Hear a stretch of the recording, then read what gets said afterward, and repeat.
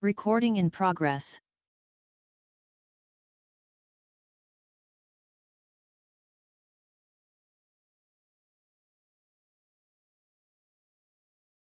September the 19th, 2023. It's 9 a.m. Proof of posting, please. The agenda was posted on Thursday, September 14th, 2023 at 4:05 p.m. and a supplemental agenda was posted on Friday, September 15th, 2023 at 3:30 p.m. All right, thank you. Well, welcome everyone for being here today. We have quite a few proclamations and presentations to the public this morning. And by the size of the crowd, this is a great day to start passing the plate to help on the budget. And if it does good, we'll approve your request. All right, and for the court's information, we do have a lot on the agenda today. Dustin Chapman and myself have to leave no later than 11:15, and we can't be back here till 1:30, so I doubt we're gonna get the agenda all the way through it by 11 or 11:15, so please plan to attend this afternoon. So at this time, let's pause briefly for a moment of silence, and we'll have the pledge to the flag. You may stand, please.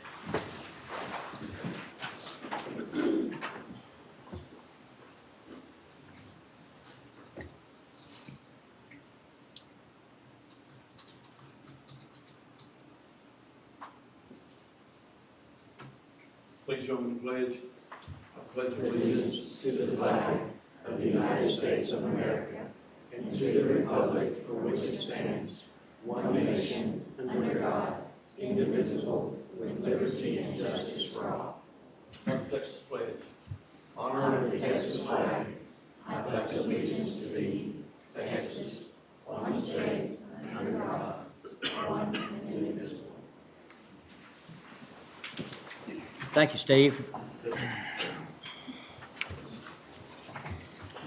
At this time, if there's any members of the public who want to speak to the court on business matters, please do so at this time.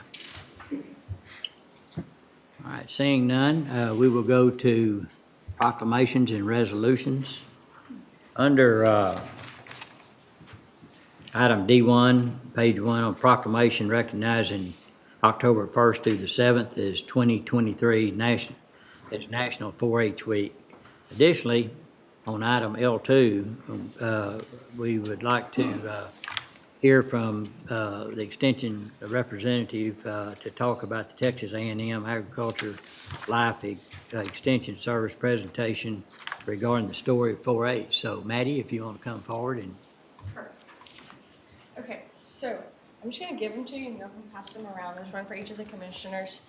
So what we put together is a story of 4-H. It highlights all of our activities that we did throughout the year, including our MCC summer camps where we enhance the learning of about 150 kiddos from the inner Waco cities. They come out and they get to learn different things about 4-H, wildlife programs, cooking programs, and all of that. We also highlighted our 4-H summer camps that our kiddos went to, and then our banquet is at the very beginning where we had our Gold Star winners, our Silver Star winners, and our Bronze Star winners. Those are the highest achievements our 4-H members can achieve at their different age divisions. And then throughout the storybook, you'll see just many different awards and competitions that our kiddos went to, including stock shows, district competitions, and more.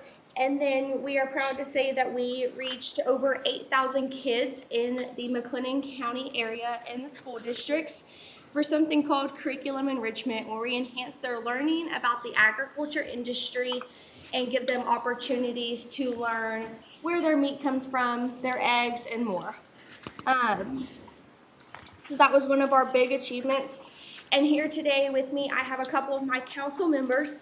And our county council is something that we take pride and joy in. And I let the kids lead the meetings, and they get to learn about leadership and take on those leadership roles. This year, we've had the highest enrollment in McLennan County that they've ever had, with 473 youth members. We had 83 kids compete at different county contests, 135 compete at district contests, and 26 at our state level contest. Not to mention our scholarship winners, which totaled up to be around $100,000 that they brought in this year. And we also had 132 4-H members exhibit livestock at our county show and 87 at major shows across the state. And through our ag literacy program, which is that curriculum enrichment that I talked about, we reached about 8,500 youth in total. So we're very proud of our program and how y'all support it, and we couldn't thank you enough. So I wanted to give this book to you so you can see what all y'all's support does for us and the kids in McLennan County. For the proclamation, I'm going to ask my county council members to accept it on behalf of me and all the McLennan County kids, and then I will take a picture of them. But we thank you so much for your support. Thank you. Thank you, Maddie, and I'll ask Dustin Chapman to read the proclamation as all your representatives want to come forward, and we will do a picture of me presenting that to them. So, Dustin? Yes, sir. Good morning. This is a proclamation of the McLennan County Commissioners Court recognizing October 1st through 7th, 2023 as National 4-H Week. Whereas the McLennan County Commissioners Court is proud to honor the 4-H Youth Development Program of Texas A&M AgriLife Extension Service for 114 years of providing experience-based education to youngsters throughout the state. And whereas this admirable program, which seeks to provide a learning experience for the whole child, including head, heart, hands, and health, helps young Texans to acquire knowledge, develop life skills, and form attitudes to enable them to become self-directive, productive, and contributing members of our society. And whereas it's more than 550,000 urban, suburban, and rural youth participants ranging in age from 8 to 19, hail from diverse ethnic and socioeconomic backgrounds and truly represent a cross-section of the state. And whereas the program undoubtedly could not have achieved the success that it has today were it not for the service of its more than 22,000 volunteers who have given generously of their time, talents, energies, and resources to the youth of Texas. And whereas throughout its proud history, the 4-H program has developed positive role models for countless Texans, and through its innovative and inspiring programs continues to build character and to instill the values that have made our state strong and great. Therefore, be it proclaimed, McLennan County Commissioners Court recognizes October 1st through 7th, 2023 as National 4-H Week in Texas, and commend the 4-H Youth Development Program of the Texas A&M AgriLife Extension Service and the many men and women who have made this program a success. Be it further proclaimed, a copy of this proclamation be made a permanent part of the minutes of the Commissioners Court. Judge? All right, thank you. Well, as many of you know, that I'm a big supporter of Texas AgriLife and all that they do in regards to everything from production agriculture to also training our youth in our community. I was talking to Commissioner Miller before this proclamation was made about how many, we're very fortunate to have a lot of organizations that show an example of thinking about the future, about training our youth. And these young ladies are a great example, and actually we look for you to be leaders starting very quickly, and so find opportunities to broaden your influence in the community and take what you've learned and spread that around. 4-H and FFA and these projects are not just showing animals. There's all kind of projects that they can do. So anyone from any socioeconomic background can participate in it. So it's a great thing, and we support it a lot here in County Commissioners Court. Very proud of our Texas AgriLife representatives here. So present this to you.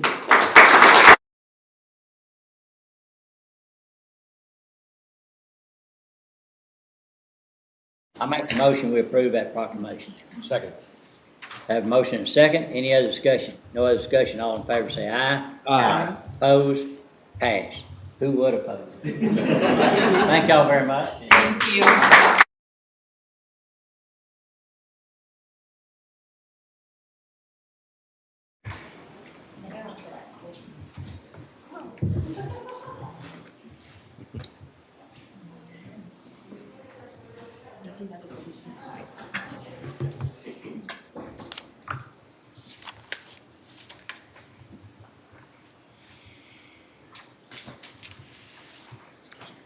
Thank you. All right, next, I'd like to go to proclamation recognizing annual commemoration of the Hispanic Heritage Month. So that's item B1. So who's going to present that? Commissioner Miller? So Hector and anyone else from the group would like to step forward?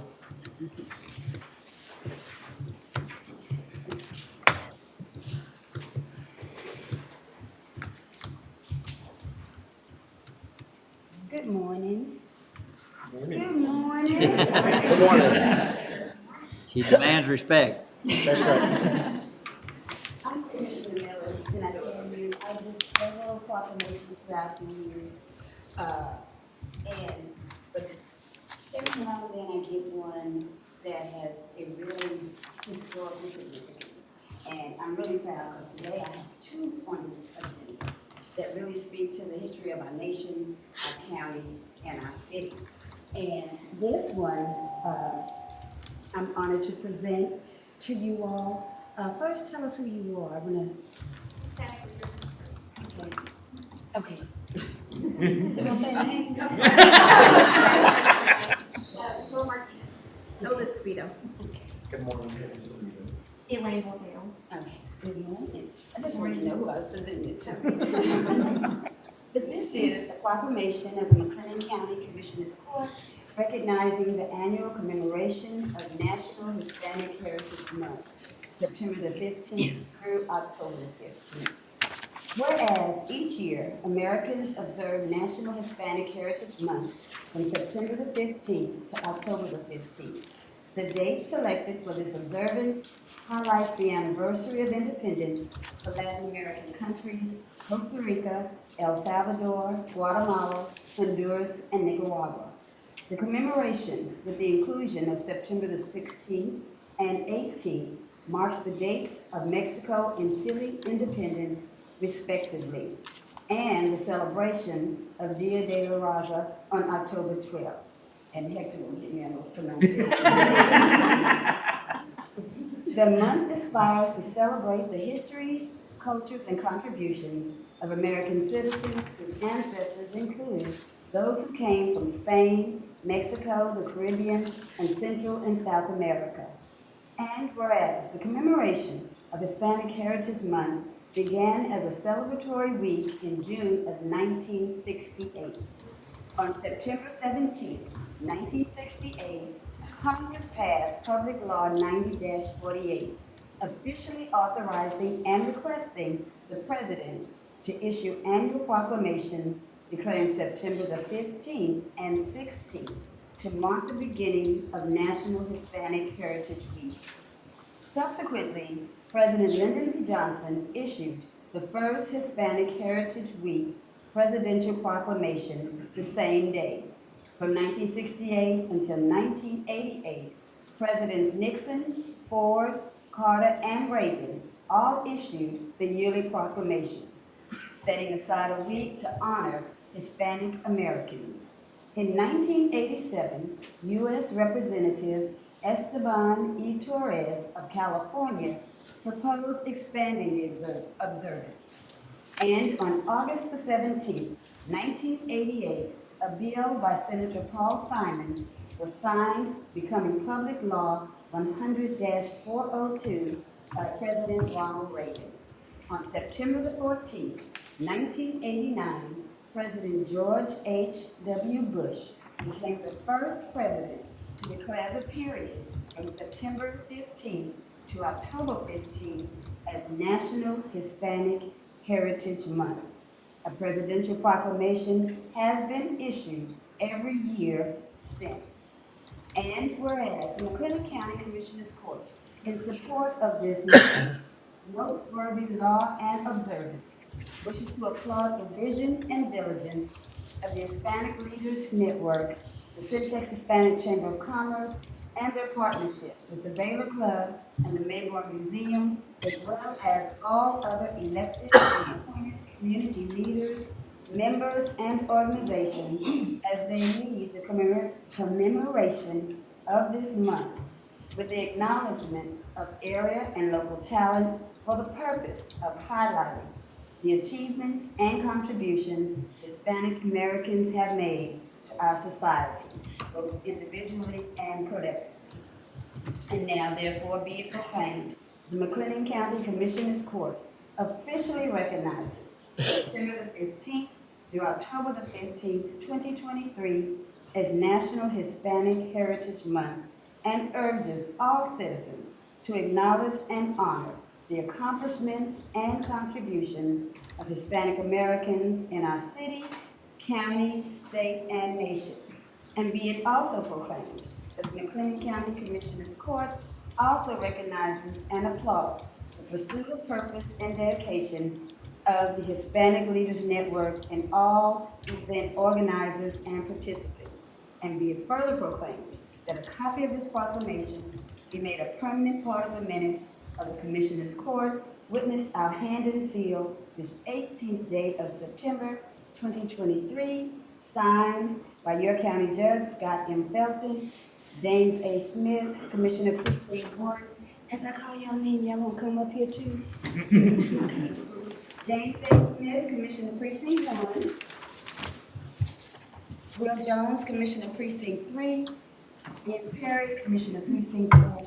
And yours truly. Patricia Miller, Commissioner Precinct 2. Okay. I'm gonna ask the judge to come. How do y'all want to? Victor, you can. We gonna flank you. Doing good, how are you? Doing good, how are you?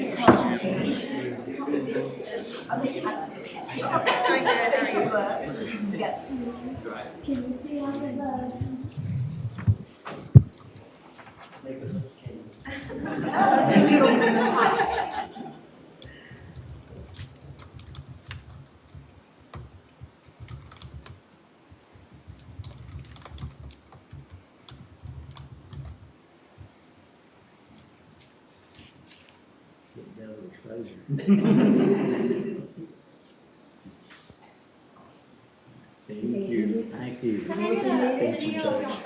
you. Okay. Well, I do want to thank the Commissioners Court for this prestigious honor. It is truly an honor to be here and to celebrate and to accept this award on behalf of the Hispanics in our county. We acknowledge the contributions, the talents, and the efforts that have been made for the people before us, the current leaders, and those that are coming up after us. In the businesses, in the sectors of business, and arts, and leadership, and government, and so much more. So thank you once again for this honor. It is truly humbling that we are receiving this on behalf of our community today.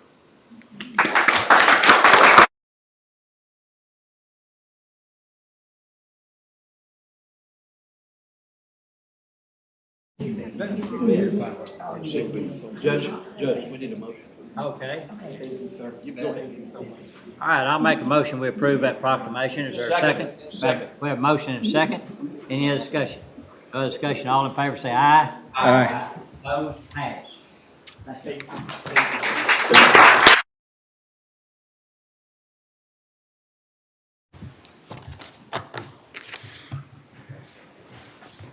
Okay, I'd like to go to item H2. This is authorization of renewal of service agreement with McLennan County Court Dispute Resolution Center. So Dustin, if you want to go over that. Yes, sir. So this is our annual agreement with the Dispute Resolution Center. The one major change to this agreement is that the funding amount did increase from $54,000 to $90,000, as was discussed during the budget work sessions. Right. It also includes an amount for the Child Protective Services Mediation Program at $63,000. And with us today, we have Anna Clark Martinez, the board chair, and the new executive director, Miss Catherine Logue, and I'm honored to be on that board. And so, Judge, I think they just wanted to say a few words. Yeah, if you'll come forward. Welcome. Catherine, good to see you again. Been a while. All right, why don't you have a seat there, and anything you want to say, go right ahead. You want to start? No, you. Dustin didn't. Do I need to turn anything on. Dustin didn't tell me I had to say anything. I've never known you to be lost for words, I can tell you that. Well, thank you. I am new to this. Been there since April 10th, and I am really enjoying it. It is,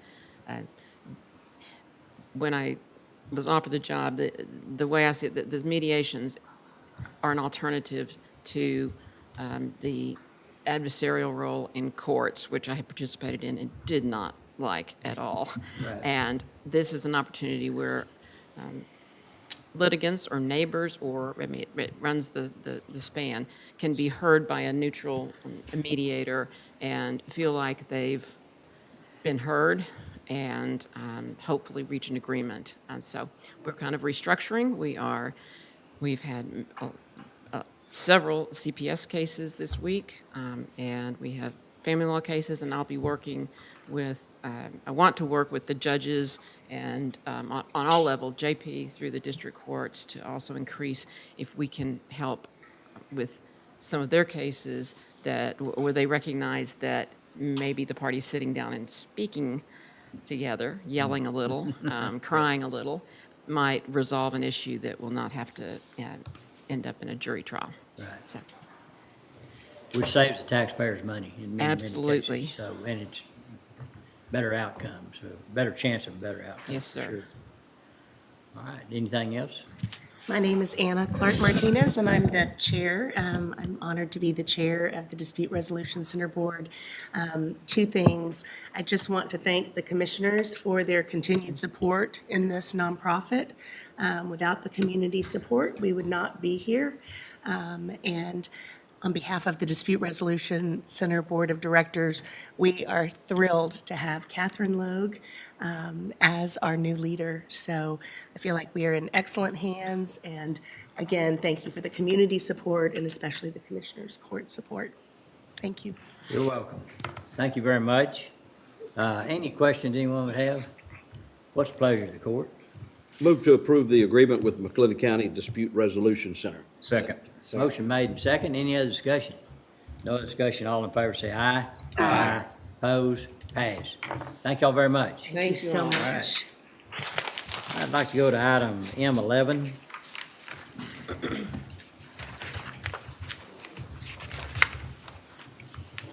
All right, M11 is approval of McLennan County Sexual Assault Response Team, the bylaws and protocols.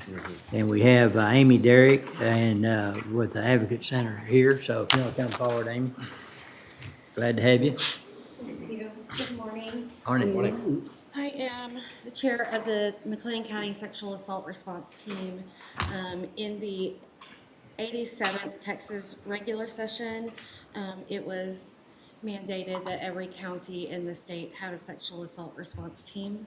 And these are the bylaws and protocols that we have made for the county. Okay, any questions or comments from anyone? Is this the sheriff's department or advocacy center, or is It's it got members from Okay. the Advocacy Center, Sheriff's Department, Waco Police Department, okay? the Behavioral Health Network Oh, is great. also a part as well. And you have a representative here that's part of the group. Come on up and introduce yourself. Sergeant CMT with the Waco Police Department, and we have Sergeant Rebecca Eubank with the Sheriff's Office. Yes, I recognize her. All right. Anything else? No, it was a work in progress. Thankfully, Amy and Derek came on board and put this thing together. It's been in the works for almost 2 years now, and so we're finally at this point, and we're excited that we're here, so we're good. Thank you. Any questions anyone would have? Not, what's the pleasure of the court? Motion to approve. Second. Second. Motion and second. Any other discussion? No other discussion. All in favor say aye. Aye. Opposed? Passed. Thank y'all very much. Appreciate what you Thank y'all do. for what you do. Appreciate you. All right, I'd like to go to item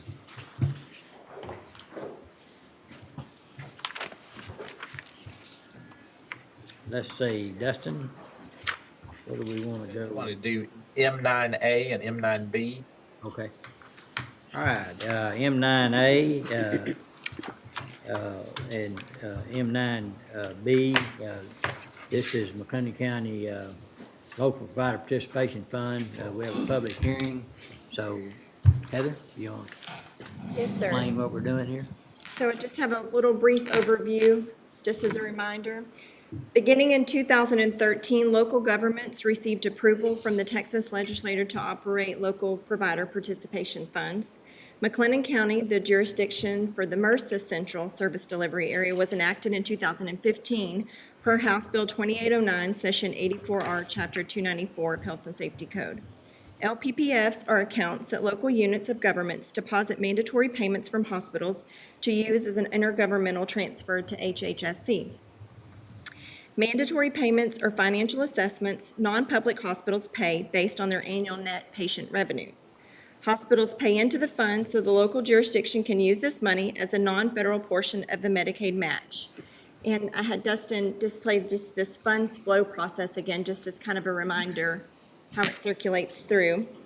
To date, multiple LPPFs are in operation across the state, and currently LPPFs provide funding for several supplemental and directed payment programs. Today, we gather per Section 294.101 to discuss, consider, and take action on setting a mandatory payment rate not to exceed 6% for the upcoming fiscal year 2024. So to further explain, today we have here with us Justin Flores with Adelanto Healthcare Ventures. Justin. And Melanie McCammon. Good morning. One. So you can direct your questions to Justin here. Thank you guys for having us. I know that it's always a pleasure to come to McLennan County. For me, it's just right down the road. We are so happy to be here on behalf of the local providers, and if you guys have any questions, I would be very happy to answer them. Okay, any questions? And we will have a public hearing, but if there's any question before we go into that. All right, I'll now open the floor to public hearing. If there's anyone here to speak to that? Seeing none, I'll close the hearing. So, I just want to confirm Yeah. something. That's the same rate we used last year, isn't it? The okay, I know, 6%? that's on Okay. item Okay. M9B is the rate, and so Heather, you want to speak to that rate, and that's a good question. So 6% is the max rate, and it was the rate last year, and again, it's the proposed recommended rate for this year as well. Okay. All right, any questions? Just wonderful program. All right. This program has really helped the local providers and what they're able to provide as far as beds and things like that, with different programs, Right. without having to sacrifice. Right. All right, any other questions or comments? What's the pleasure of the court on both of these items, M9A and M9B? I would move to approve M9A and M9B. Second. All right, have a motion second. Any other discussion? No other discussion. All in favor say aye. Aye. Opposed? Pass. Thank you. Thanks for all your. Thank you so much. We appreciate it. Y'all. All right, Dustin, where would you like to? Yes, sir. If we, I think there's two other proclamations, and I don't believe anybody's coming to court, so if we could, Right. want to knock those out, then do the consent agenda? All right, the first one is the D2, a ratification of proclamation recognizing Waco High School class of 1968, 69, and 70, and 71. So, Commissioner Miller? Good morning again. As I said earlier, I do several proclamations throughout the year.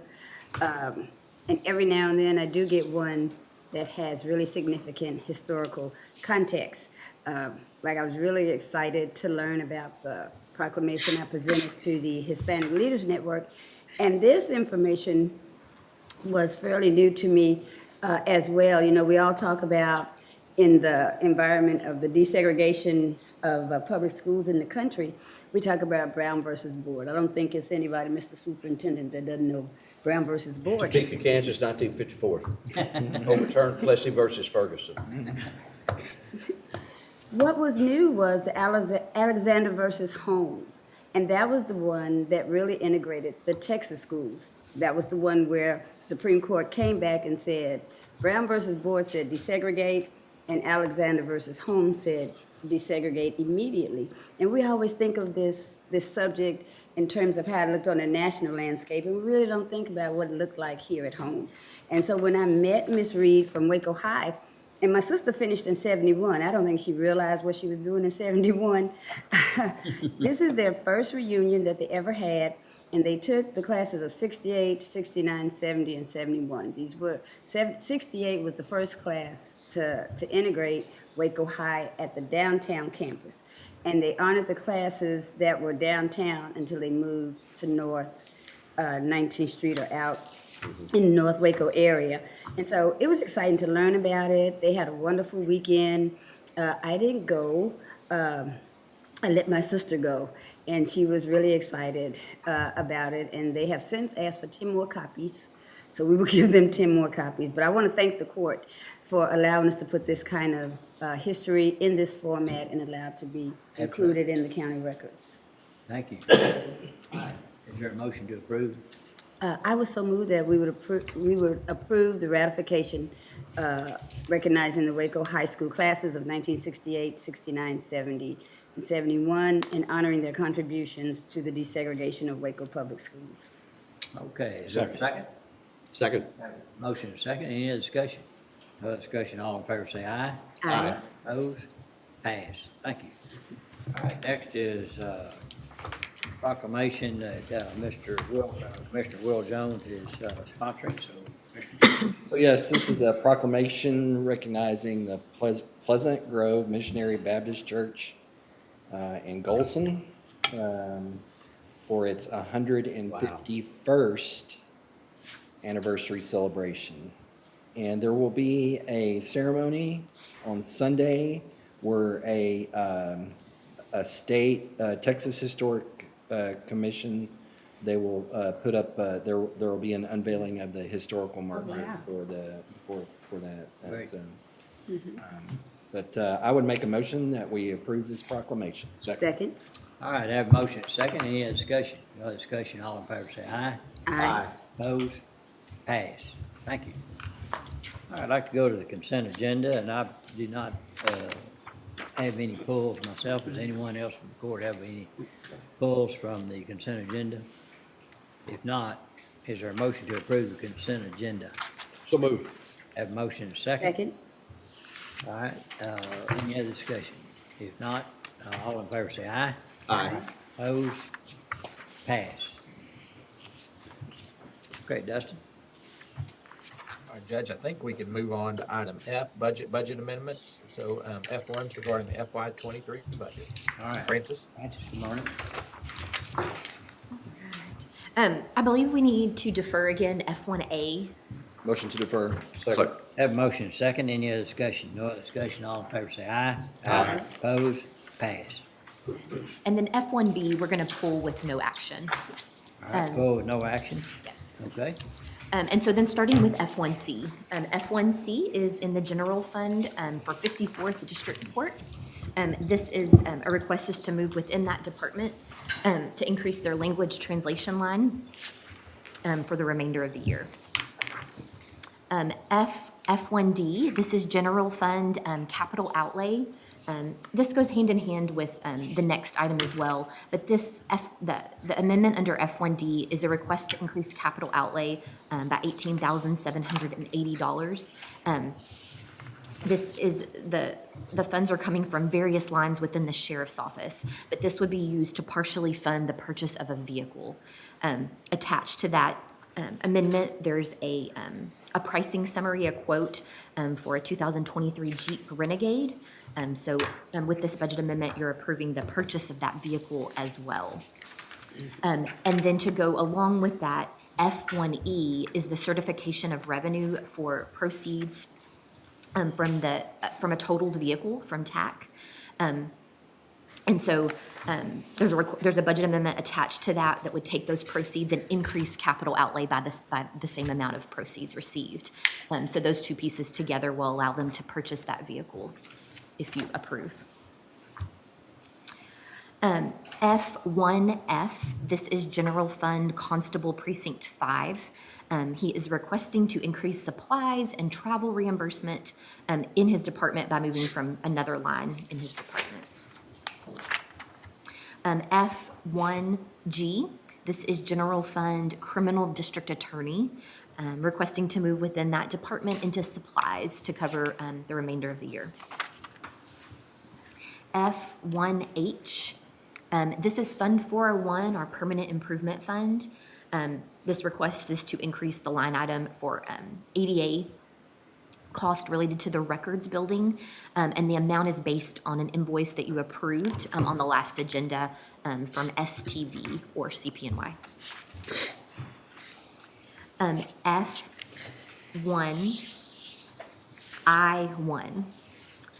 This is our fund that holds the proceeds from our 2021 certificates of obligation. Again, this request is to increase the ADA cost line, also for the approval of a CPNY invoice on the last agenda. F1I2, this is in that same fund, the 2021 bond proceeds. This also is based on an engineering services proposal we approved on the last agenda from Childress Engineering, and these are costs related to replacing the roof on the Highway 6 jail. F1J, General Fund JP Precinct 4. The request is to increase supplies by moving from another line item in that department. F1K, this is General Fund Maintenance of Buildings. That request is to increase janitorial services for the remainder of the year, and they're moving from excess funds in the part-time pay line item. F1L, General Fund Maintenance of Equipment. So there are various line items there that need to be increased for the remainder of the year. Those being fuel, tires and batteries, repair and maintenance, and then also the line item for our radio tower upkeep. And so they found two other lines that they can move from in that department, those being part-time pay and other services and charges.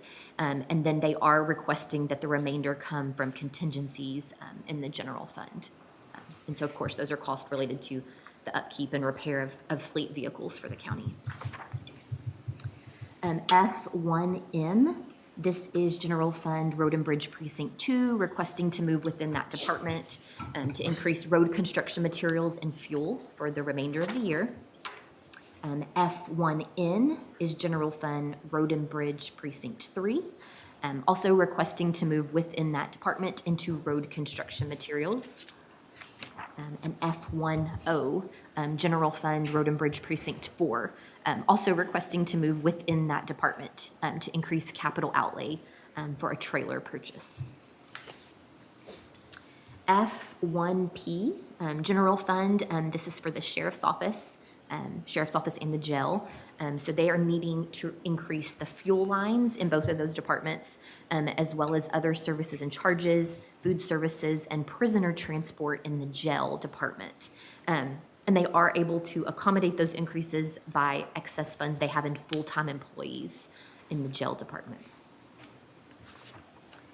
F1Q, this is General Fund County Judge, requesting to move within that department to increase supplies and other services and charges for costs for the remainder of the year. So F1C through F1Q are the ones I covered. If you have any questions, please let me know.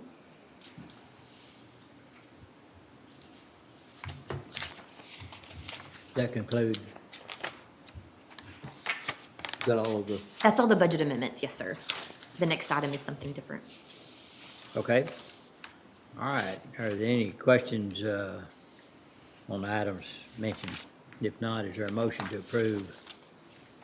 I believe F1C through, was it F1Q? Yes. F1Q. Yes, sir. Yeah. All right. I'll make a motion to approve those. Second. I have a motion. Second. Any discussion? No discussion. All in favor say aye. Aye. Opposed? Pass.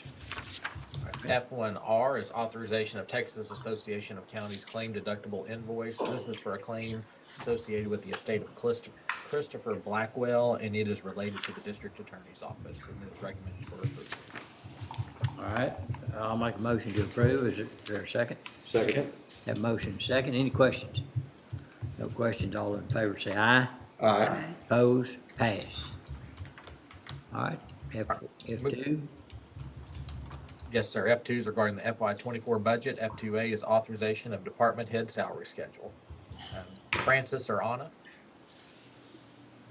Either, this is a listing, like you all receive for each of your offices, of course, but it is the salaries that were set in the 2024 budget. And so now, you let us know what you want those actual salaries to be effective October 1st, 2023. Okay, Anna, you have a recommendation? Yes, sir, I do. So I have computed or calculated the compensation ratios with all current salaries plus the cost of living adjustment at 3.51%. And HR recommends setting salary with COLA. That would bring, that would maintain consistent compensation ratios across all department head positions. All right, any questions? All right, what's the recommendation of the court? Motion to approve. Second. Have a motion second. Any other discussion? No other discussion. All in favor say aye. Aye. Opposed? Pass. Moving on to item G, bids, RFPs, RFQs. G1 is authorization of video surveillance system quote from Extraco Technologies for JP Precinct 3, and I believe this needs to be deferred. All right. Motion to defer. Second.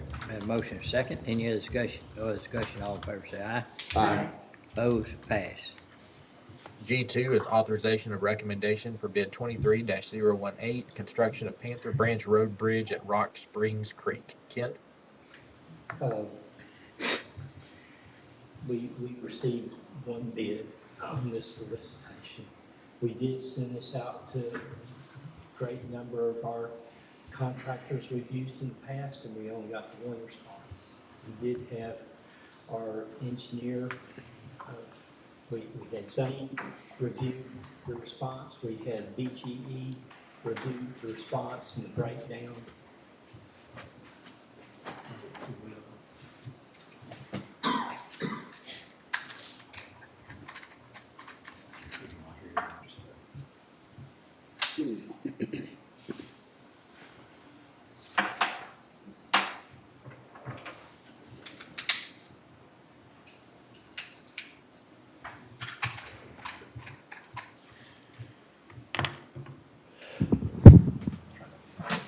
Okay, very good.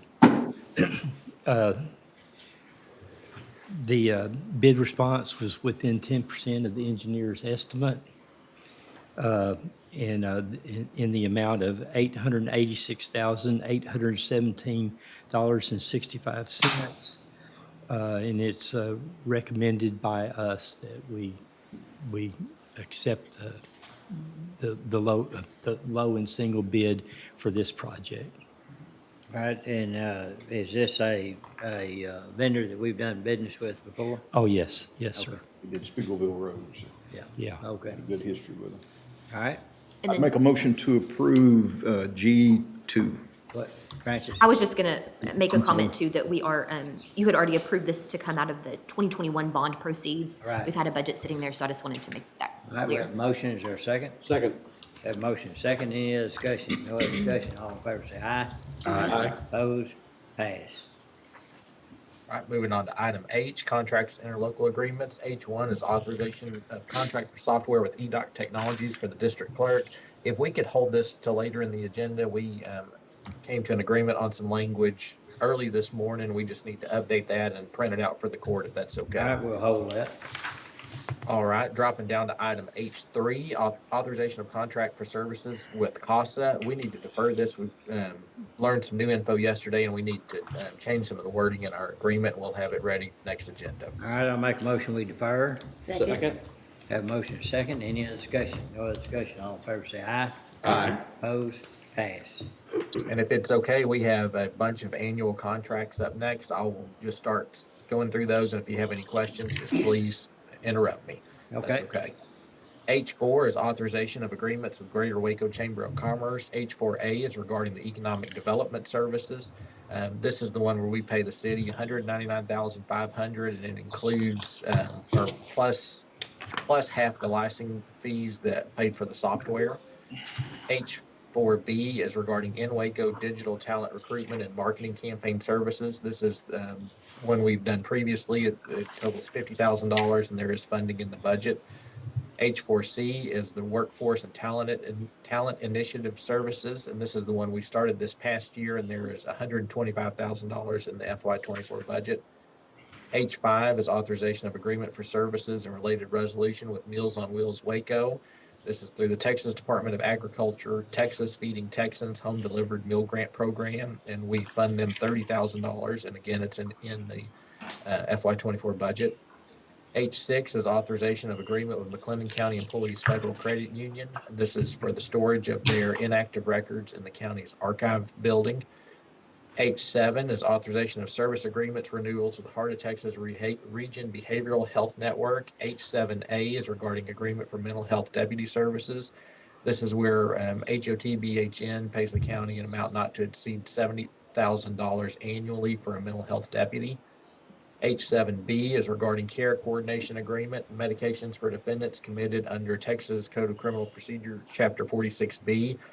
This is what we started a few years ago, where we provide that 90-day post-release prescriptions for the inmates that have been released. H7C is regarding agreement for comprehensive mental health and mental retardation services. This is the broad large contract with MHMR, where we pay annual amount of $178,600.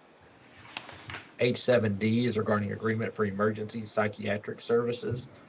And this is where we reimburse HOTBHN an amount not to exceed $92,400 for the provision of those services. H7E is regarding the agreement for jail diversion, pretrial diversion services. This has several parts to it. One part is the jail diversion services. This was increased from last year, where we paid $215,000. It's now $412,000. This was due to staffing issues for these full-time caseworker spots at the jail, and MHMR has increased that salary, and we now have been able to attract and retain caseworkers there. Reintegration Roundtable is part of this as well, and as well as the pretrial diversion services program. And there is funding included in the budget for all these. H7F is regarding the grant agreement for medical clearance initiative at the Crisis Treatment Center. This is where the county provides $80,000 for that medical clearance piece. H7G is regarding current intergovernmental agreement with Lisa Facility Community Crisis Triage and Respite Center. This is the old juvenile facility that we lease at 1200 Clifton, that we lease to BHN for $1 per year. And then they provide the first $10,000 worth of maintenance, and then the county's responsibility picks in after that. H8 is authorization of contract for services with Startup Waco. This will be the first year of this contract, and it totals $50,000. H9 is authorization of contract for fire protection services with county volunteer fire departments. Reagan, were we still waiting on any info on this one? No. Yes. Okay. Do we need to defer it then? I would say yes. Don't have anything yet. All right, on H9, I make a motion we defer. Second. Have a second. Any other discussion? No discussion, all in favor say aye. Aye. Opposed, passed. All right, H10 is authorization of interlocal agreement with Waco Crime Stoppers, and this is where we provide $10,000. So Judge, that's all the annual ones that are grouped there together. So it would be,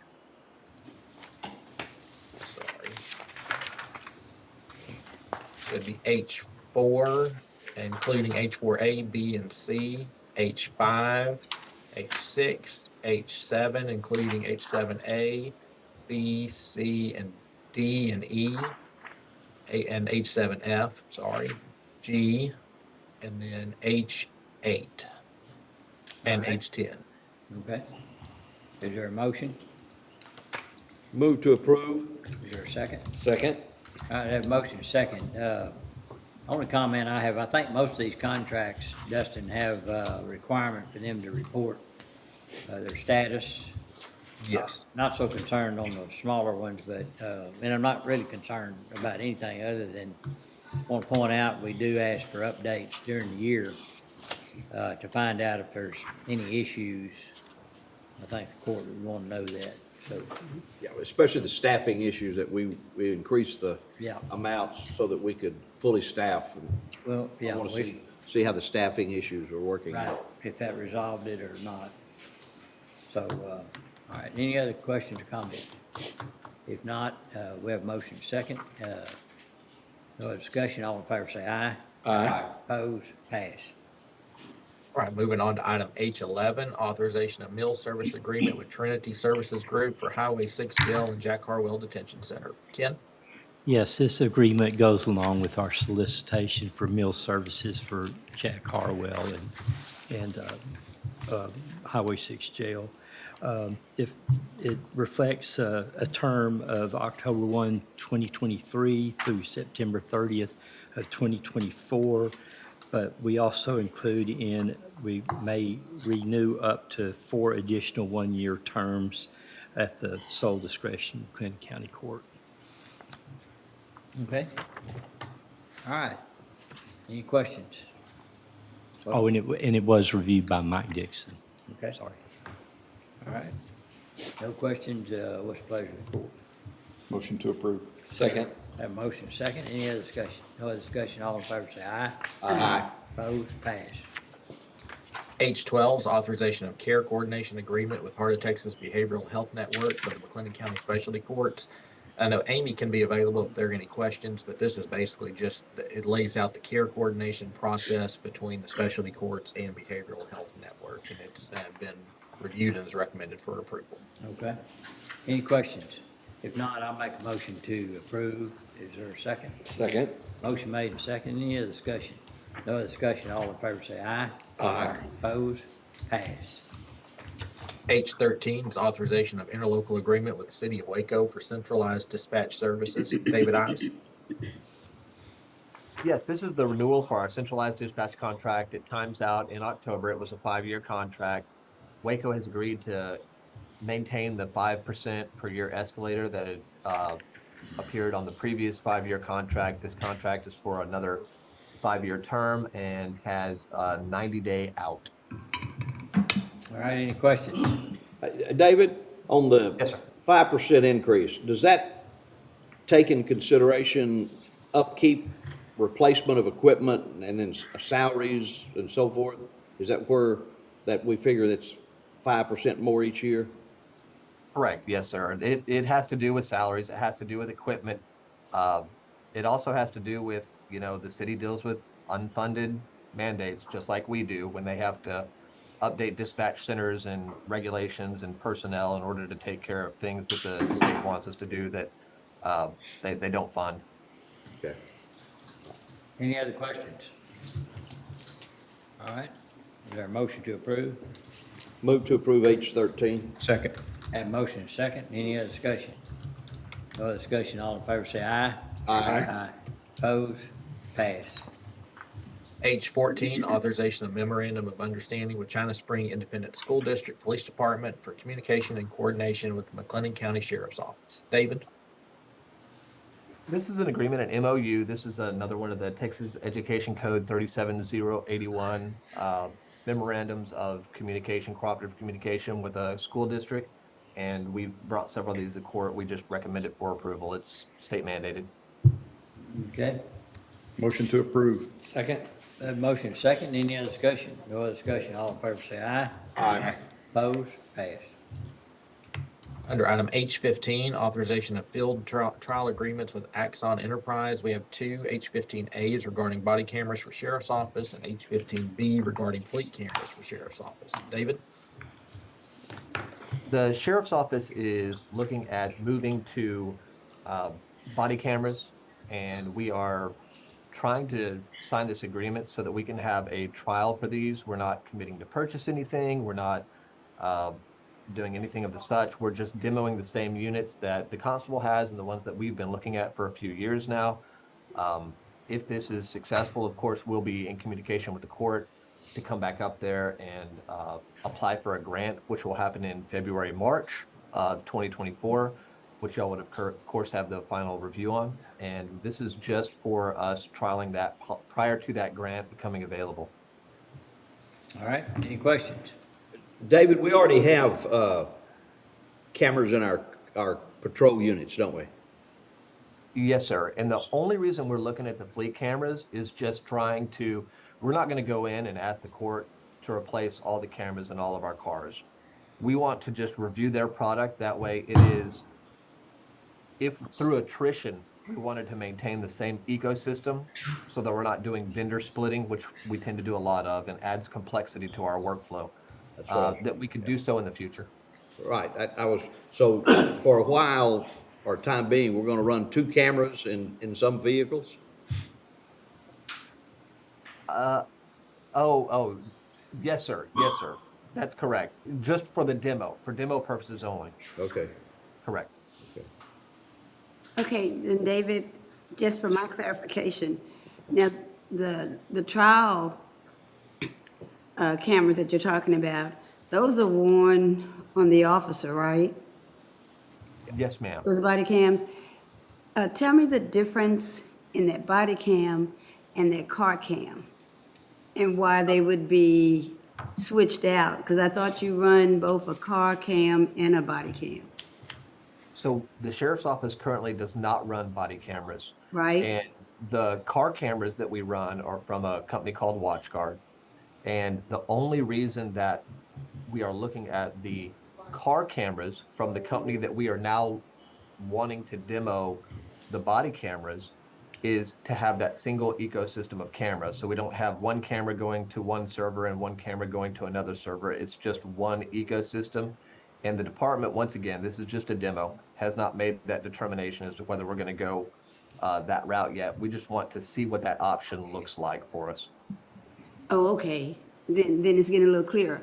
So, because I was thinking that your cameras in your car, they were in place and operating, and now you were talking about looking at a system that would give you the body cam, but you're talking about a system that would give you the body cam and also synchronize with new car cams from the same company as the body cam? That's what you're Yes, saying? ma'am. But Okay. only through attrition. We have not decided on the fleet cameras. We're just reviewing them because we want to see their package. And we certainly may not go that way, but we are very interested in the body cam package for sure. Okay. All right, any other questions, comments? All right, is there a motion to approve moving forward? So move. Second. Have a motion and a second. Any other discussion? No other discussion. All in favor, say aye. Aye. Opposed? Passed. And if it's okay, while we have David, and I know Chief Deputy's there as well, if we could drop down to the supplemental item D, under grants, D1, discussion and action regarding the Office of the Governor, Criminal Justice Division, County Innovations to address commercial sexual exploitation grant. So David or Chief Deputy? So I'll kick this off. The court, we had asked the court to write a letter of support for the grant for the state governor's office commercial exploitation grant, and we have not received that grant. We were not awarded that grant. We've received the official communication that says we are not receiving that money. There are 2.5 positions that are tied to that grant, 2 human trafficking investigators and our grant coordinator, but the grant coordinator does other grants for us as well. That's not the only grant program that she manages for us. So we want to get the courts, at least inform the court, number one, and get the court's temperature on. We understand from the statements that y'all made in the supporting agreement for the grant that y'all probably want to continue the program, and we certainly want to continue to combat human trafficking in McLennan County. So we're trying to see how the court wants to manage that financially. And your option, as we discussed during budget, is to fund that out of general fund, which was brought to your attention then. And so we can, of course, do that. No budget amendment would be done now. We would wait and see how the year played out and see when we would need to add funds from contingencies or another line. Okay, any questions for David or the chief? How much are we looking at? So the 2.5 positions that were funded, and one of those may not be filled at the moment, but that total was $171,532. All right. What's the pleasure of the court? Make a motion to approve the request from ESO. Second. Have a motion second, any discussion? Are there any other grant opportunities out there, Chief? At this time, it's my understanding grant season is not. It's over. Is over right It may- now. It will open up at some point in time. We have the grant coordinator that is, being requested to be funded through this motion, and she's always looking for grant opportunities. So she would be, but currently, right now, there's not one open. And Commissioners, just to let y'all know, we will be reviewing with the auditor the comptroller grant that comes up in January and the funding that is available for that to help try and subsidize The rural- some of this. The rural peace officer supplemental. So we'll have $500,000 coming for our county size to McLennan County. Like David mentioned, we'll be able to apply for that in January. So we do have that on the horizon. And that's a possibility of funding these positions then? We There'll don't be know more yet. information to come, but that, of course, will be a court decision, and that you can, talk about. The sheriff's office can let you know their thoughts on that as well, and then that would be a decision of the court on how you want to set the budget for that grant. But yes. I support the motion, but is there any way that I could get a breakdown of exactly what those positions are and how much they're funded currently? Yes, ma'am. Okay. This is a program that it's going to be hard for us to not support and fund going forward. I don't know if y'all have seen the stories, but the immigrants coming across, several of these kids are coming up missing and are probably falling prey to the sexual trafficking. And so it's something that, it's not going away. So we've got to be willing to keep pursuing these guys and gals. No, it's not. In fact, they had a teenager, I saw it on Facebook, but it Must said be that the sheriff's office, it was a 16-year-old young lady, a local young lady. So I think because it's not touching us personally, but things are going on in the community that sort of touch on this. That's why I'm in favor. We have to continue the program. I just want to see how it looks on paper and how that money is going to affect the general fund. Yes, ma'am. We want to send, and I think the sheriff has said this over and over, send a clear message to stay out of McLennan County. Well, we're absolutely, excuse me, committed to continuing this effort here in McLennan County. Okay, we have a motion second. Any other discussion? Discussion, all in favor say aye. Aye. Aye. Opposed? Pass. Thank you. Thank you. All right, H16 is authorization of addendum to Waco McLennan County Library 1978 Memorandum of Agreement with City of Waco. And this just sets the county's funding obligation at the $1,075,000 that we approved back during the budget work sessions. Okay. Any questions? If not, Motion to approve. Second. all right, have a motion second. Any other discussion? No other discussion. All in favor say aye. Aye. Opposed? Pass. H17, authorization of membership agreement with Cyber Risk Collaborative, doing business as Cybersecurity Collaborative. John Carter. He was here.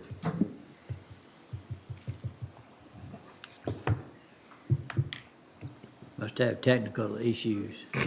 Once a year. I see him on, but this is just essentially a subscription type service. It's a collaborative that we will join to be able to review and share cybersecurity content and help with policies and trainings, et cetera. So it's been reviewed and is recommended for approval. Okay. Is this in their budget? Yes. All right. Motion to approve. Second. All right, have a motion second. Any other discussion? No other discussion. All in favor say aye. Aye. Opposed? Pass. H18 is regarding the current customer service agreements with UniFirst, authorization of amendment A for uniforms for Road and Bridge precincts. Ken? Yes, sir. It's that time of year for us to take a look at the uniform contract with UniFirst. And we've been through a lot of conversations with some of the precincts. It's just an amendment for another year, same pricing as this past year. And so we actually had another meeting with the area head yesterday, trying to resolve some of the issues that have come up in this renewal season. So hopefully all will improve. All right, any questions? No, I would say, Ken, I like that part of any of the contractors say, keep the pricing the same. I'm real partial to that. Yes, sir. All right, what's the pleasure of the court? Move to approve. Second. Motion made and second, any other discussion? Other discussion, all in favor say aye. Aye. Opposed? Pass. H19 is authorization of financial renewal and terms amendment with United Healthcare Services for the McLennan County Group Health Plan. Anna? Yes, I need to defer this item. Again, we're still working on that. All right, I'll make a motion to defer. Is there a second? Motion made and second, any other discussion? No other discussion, all in favor say aye. Aye. Opposed? Pass. H20 is ratification of agreement order form with Udemy Business Professional Development Training Subscriptions. And John, I don't know if you're back on or not, but this was actually presented to court back in July and approved, but there was a agreement order form that needed to be signed, so that's why it's back on the agenda, but it's for training to be utilized by both IT and HR. And this is ratification, right? So, That's correct. all right, I'll make a motion to approve the ratification. Second. Motion made and second, any other discussion? No other discussion, all in favor say aye. Aye. Opposed? Pass. John, it Under actually item goes, John, it actually goes a little smoother if you're not on. Thank you. All right. Under item I, capital improvement, repair and construction projects, I-1s regarding capital improvement projects for the Cameron Park Zoo, agreement with the City of Waco, authorization of invoice related to the Education Center, Veterinary Hospital, Stock Barn, and Penguin Exhibit. Francis? Yes, this is the August invoice from the city for reimbursement for expenses they've incurred for the zoo projects. And it totals $683,702.92. This comes strictly from those bond proceeds issued for this purpose. It's been reviewed and recommended for payment. Okay, all the boxes were checked, so should be fine to approve. I'd make that motion. Second. I have a motion and a second. Any other discussion? No other discussion. All in favor say aye. Aye. Opposed? Pass. I-2 is regarding McLennan County downtown jail remodel for courtrooms and office space, agreement with Brinkley Sergeant Wigington, authorization of invoice number 11. This invoice totals $74,230.81 and is related to their schematic design services. And we've been, our group, me, TJ, Ken, and Zane have been meeting with Brinkley Sergeant and Irwin's folks bi-weekly for the past little bit. We have some upcoming meetings, and then hopefully we'll be bringing a good update to the court sometime in the next month or two. So, but it's been reviewed and it's recommended for approval. Okay, any questions for Dustin? Make a motion to approve I-2. Second. All right, we have a motion and a second. Any other discussion? No other discussion. All in favor say aye. Aye. Opposed? Pass. All right, we have nothing under item J. Under item K, grant proposals. K1 is our ARPA discussion. K1A is authorization of revised beneficiary agreement with McLennan County Water Control and Improvement District Number 2. They have approached us and asked to be able to use their ARPA funds on items other than the generator. The generator bids are back in, or actually they're still working on those generator bids, and generators are about a year out from actually being able to have them physically on site, but they are already working on the cooling towers, and there's payment due on that part. So we're seeking to revise this agreement and let them be able to use ARPA funds for items that are more pressing or a higher priority than getting those generators. And then we have something similar for China Spring Community Water under K1B.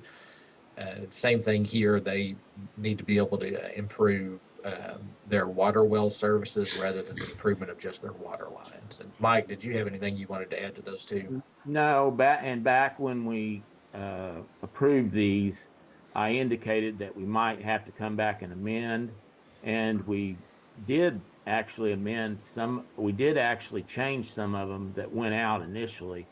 But I said that we would probably have to come back on some that got the first round of agreements and amend because they had higher or more pressing needs to actually serve water than the generators, which are actually probably 18 to 24 months out. And most of these allotments won't pay for the generators anyway. So it's better for them to be able to make the immediate improvements they need to serve the citizens. I agree with that, as long as they qualify, which sounds like they do. And I think we're gonna see a lot of this shuffling because of delays in receiving, getting the materials they need to do these add-ons. So just be prepared to look at a lot of these things, so. So Judge, then none of the money originally allotted will be left for generators. Is that correct? They're going to use all of it or just some of it? Probably all of it, Commissioner. Okay. And that's fine too. I understand because they got to do what they got to do, and that's understandable. I guess the only question I would have, the federal mandates were that, or state mandates, whichever, were that they have backup power supplies. So I guess my question is, how are they going to get those, Mike? Well, that's for down the road, and I'm going to guarantee you that the state is going to have to come up with something else, because none of these little water supplies and even some of the small municipalities are going to have the money to do the generators. And like I said, even what these entities are getting from us, for example, we were giving, I forget what the amount was for one of these, but the generators were going to cost $800,000, which is about 4 times what we're giving. Wow. So, you know, at this point, they need stuff to get their people water now. Sure, I understand that perfectly. I'm just worried about the backup power part, so I understand what they're needing. Well, it's not our obligation to make sure that they comply with state law. I understand. I was just worried. Yeah, ultimately, if they don't get some kind of state financial help, that they'll just have to raise water rates to the extent that it covers their debt. And they'll have to, find financing as well, so they don't have to pay for it all at one time.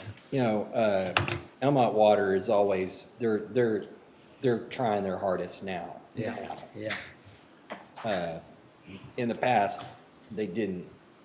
And so unfortunately, they're behind.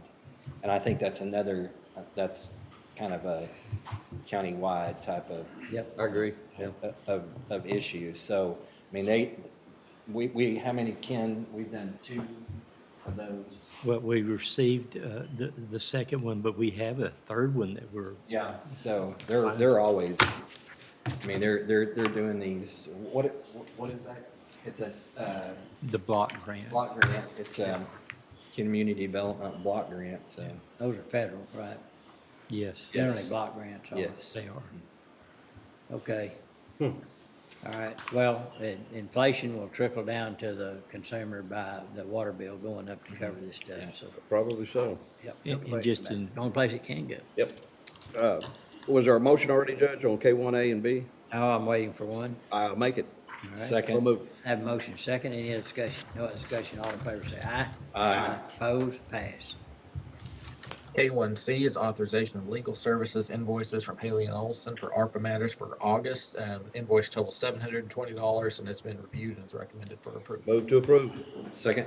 All right, have a motion second, any other discussion? No other discussion, all in favor say aye. Aye. Opposed, pass. K2 is regarding the bipartisan infrastructure law discussion, and I just looked and I do not see Georgina on the line, and I sent 2 communications to her following last court session and I've not heard anything back. I think the next communication needs to say, we don't need your services any longer, because you can't meet our. Can that be a decision today? Is that an action item? Can that be an action item today because it's on on the agenda No, we need to regarding the, It's, you know, it's not on specifically about them, but I can, Mike, are you fine if we go ahead and send a letter? Well, what about what's the next meeting, the 8th or The third. Third, we can do it then. I just say that we've Why gone don't 50. we do, actually put on termination of, Okay, we will get the language. okay. Do that. All right, It's been 15 months and we have absolutely nothing on the ground. And You have only nothing for to the show cruises. for it and except an electric car initiative. Yeah, that's it. Okay. electric. All right, so no action needed on that. Now, K3, regarding the State Criminal Alien Assistance Program, SCAT, acceptance of the FY '22 grant award. And we've been awarded an amount totaling $118,173, and we just need a motion to approve that grant award. Motion to approve the grant award. Second. I have a motion second. Any other discussion? No other discussion. All in favor say aye. Aye. Opposed? Passed. K4 is regarding the statewide automated victim notification services SAVINS grant, authorization of first contract renewal of participating entity services, agreement with APRIS Insights. So back in September, we approved the agreement with the Office of Attorney General for this program. The OAG contracts with APRIS as their certified vendor. So this is just a motion to approve the contract renewal between the county and APRIS. All right, what's the pleasure of the court? Move to approve. Second. Have a motion second. Any other discussion? No other discussion. All in favor say aye. Aye. Opposed? Passed. Under item L, Department Office Specific Requests, L1 is Constable Precinct 4, authorization of cell phone request. Ken? Yes, there was a misunderstanding last court on the cell phone. They did not need the hotspot that was on the request. And so this is just for a cell phone with the service of $39.99 per month plus applicable fees and a one-time charge for a cell phone case. All right. Any questions? Only thing, Ken, you're still working to try to assemble some of that information we asked about? Yes, I know I've- it's taking time. I've had conversations with Francis and John. Okay. We're trying to get an idea on that. Okay. And what they're going to help do is they're going to go through and look and see Usage. if people are actually using them. And so we're working on that Appreciate it. situation. Thank you. All right. Move to approve L1. Second. Have a motion second. Any other discussion? No other discussion. All in favor say aye. Aye. Opposed? Passed. On L2, this was the story of 4-H. We heard the presentation, we approved the proclamation, but I believe we actually need to record this presentation. All right, I'll make a motion. We approve it for recording purposes. All right, we have a second. Any other discussion? No other discussion. All in favor say aye. Aye. Opposed? Passed. L3 is specialty court, authorization of order accepting donations. Francis? This is just the monthly authorization of donations for the specialty court, so we just need your acceptance of those items. All right. Motion to approve. Second. Have a motion second. Any other discussion? No other discussion. All in favor say aye. Aye. Opposed? Passed. Under item M, additional items for discussion and potential action. M1 is Heart of Texas Housing Finance Corporation, discussion and action regarding board appointment. If we could keep this deferred, we're still working on a potential nominee for this spot. Motion to defer. All right, there's a motion second to defer. Only discussion I have is if you have recommendations, please send those forward. And with that, all in favor say aye. Aye. Opposed? Passed. M2 is the discussion and or action regarding appointments to McLennan County Park Plan Committee, McLennan County Parks, Recreation, and Open Space Master Plan update. Judge, I believe you had a couple names you wanted to share. Well, what I'd like to do, can we defer this? Because what I'd like to do is present a couple of names and be open to any other names being submitted for this. And have a little bit more discussion about it. But, and actually, the overall purpose of it, kind of refresh us on, what this grant looks like. In fact, we can have that discussion right now that, this is a county-wide, right? And our, That's And we. Sorry, Judge. Well, to qualify for the grant, it has to be countywide. But we can, tell me if I'm wrong, but we can specifically look at projects on Trading House Park if we're not interested in other park areas. It's been. That's right. So Go ahead. essentially, we have to have the master plan to be, it's not to be eligible for a Texas Parks and Wildlife grant, but to be able to be competitive, I guess is a better way to put it. You receive a certain number of points from the way I remember it before, if you have the updated and complete master plan. So to be competitive in a grant application, we need to have that complete. But Texas Parks and Wildlife, a few years ago, the funding had been cut, and also the federal grants, there were not many, but now they've opened back up where they have the boating access grant, which is what we received for Trading House. That was the first grant we had received there. And then they have, larger, public space grants, outdoor recreation grants that we can apply for. But we would need this master plan to be competitive in those grants. Dustin, does it require the creation of a park board? It does. So in talking to Mundo, you do need a McLennan County Park Plan Committee is the way they have conveyed it to us. Okay, but a park board is totally different. It's an actual separate entity that has control over the park, essentially. No, we don't need that, Mike. This is just a plan committee that assists in just gathering ideas, and then Mundo will submit a survey. They'll do a mailer, and they'll do an online survey for county residents. But no, this is not a county board in that sense. Okay, great. Yes, and I have one question, because, we did this process, I guess it's been maybe 5-10 years back, where they came in, and I think it was Mundo. And we did the survey. Are we gonna update that, the current master park plan that we have, or are we totally scratching it and starting all over? No, ma'am. It will be an update to that original one from back in 2010. Okay. Any other questions? All right. So I make a motion, we defer. Second. And have a second. Any other discussion? No other discussion. All in favor say aye. Aye. Opposed? Pass. Item M3, authorization of amendments to the McLennan County Employee Policy Guide. M3A is regarding adoption of Section 7.18, shift differential pay under Chapter 7.0 compensation. Anna? Yes, thank you, Dustin. This request is to amend and adopt the new night shift differential policy into our general employee policy guide. Just to kind of go back to the origins of this policy, this is a follow-up to the program and budget approved for this fiscal year to have additional pay awarded to jailers working the night shift. And so this is just the policy outlining the administration of that program. And so the policy includes the definition of a night shift jailer and who will be eligible.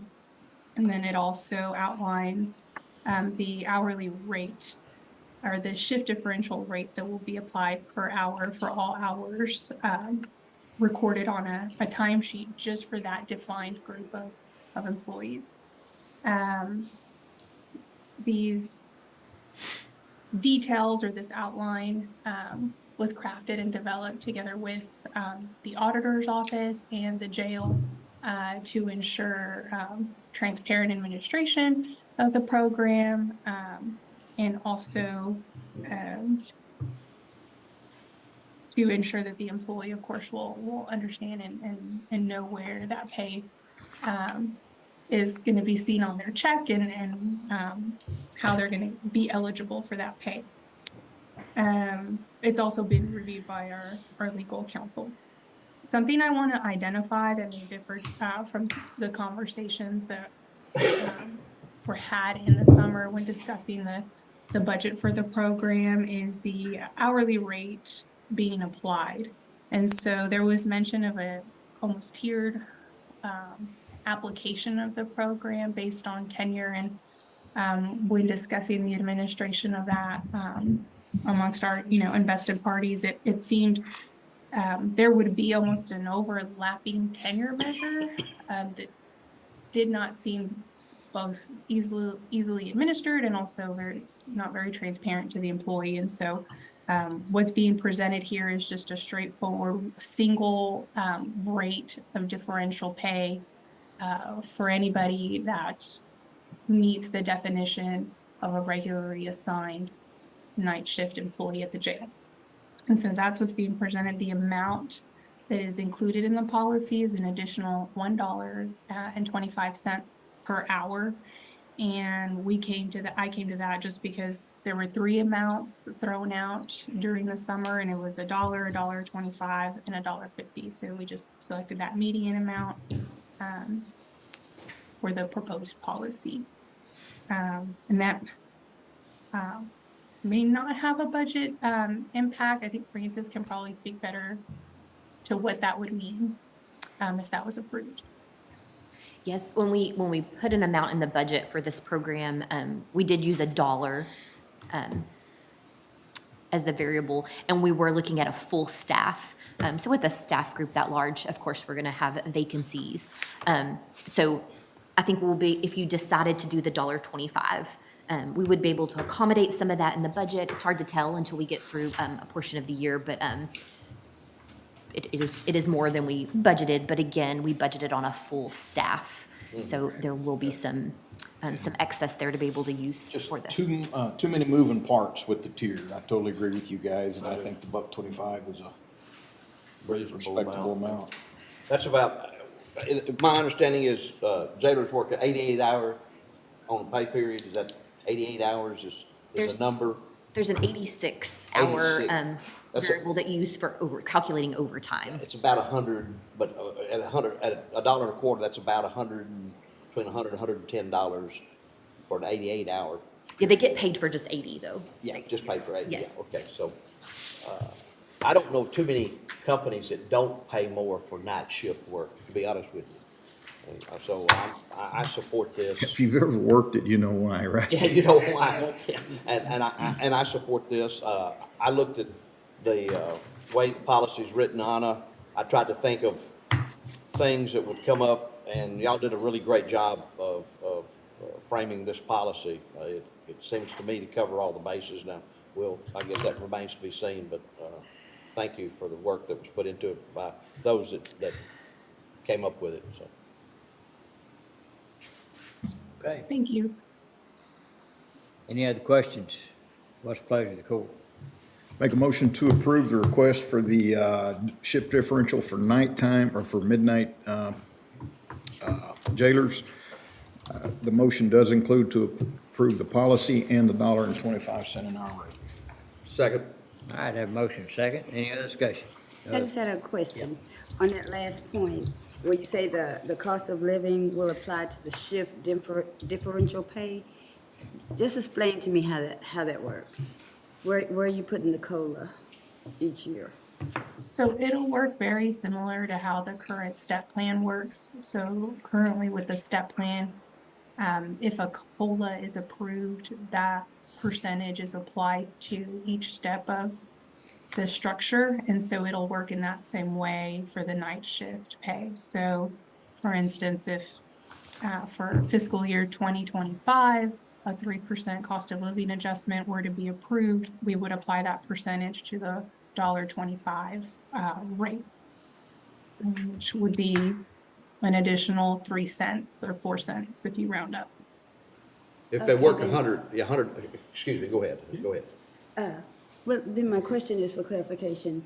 Like all other positions throughout the county, why wouldn't we put the COLA on the base pay? We do. So you mean, so for those types of employees, they had to have a base pay amount. COLA is added. They may have a step pay amount. We add COLA each year, which I know is the next item on the agenda, adjusting those step pay amounts each year. And then this would, as presented, work that same way, where that $1.25 would be increased each year for each COLA that was given.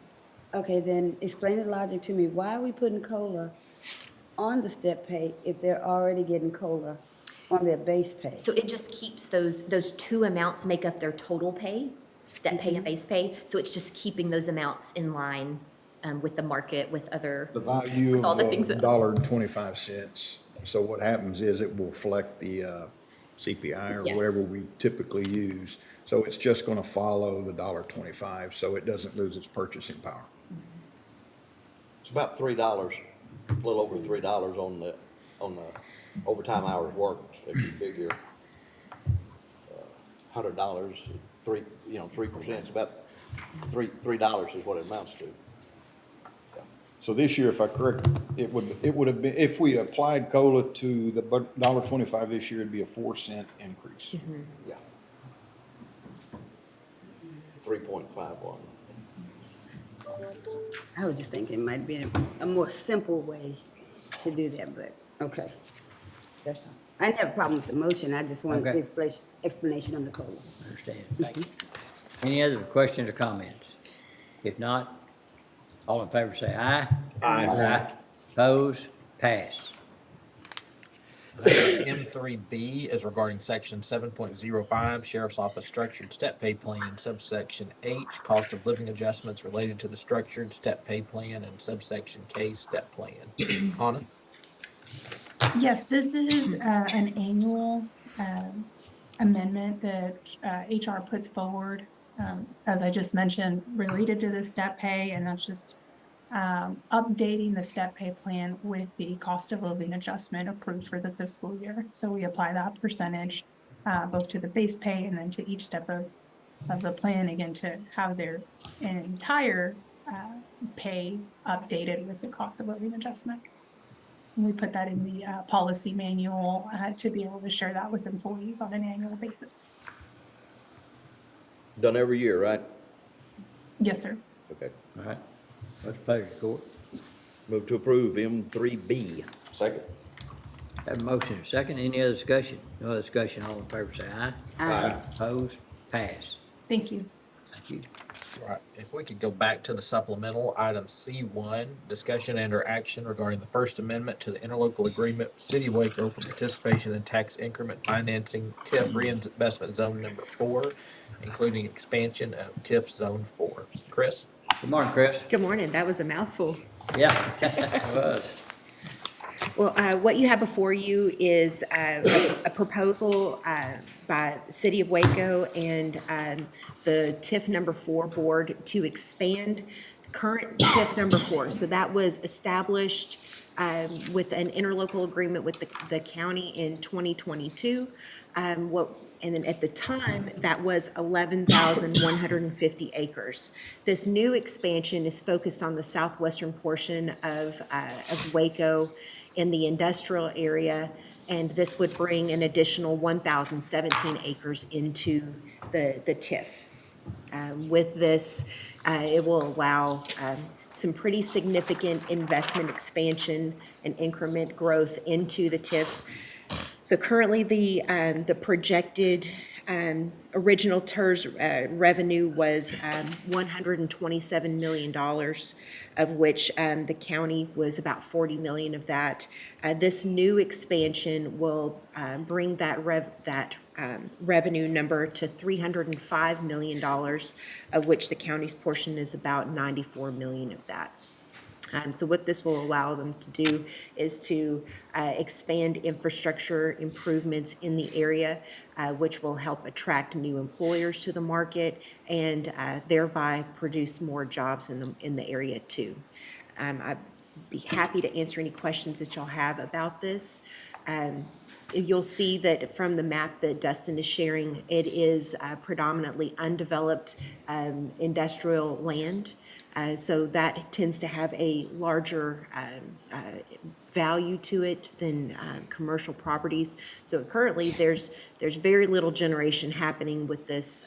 It's either exempt from property taxes or it's under ag exemption.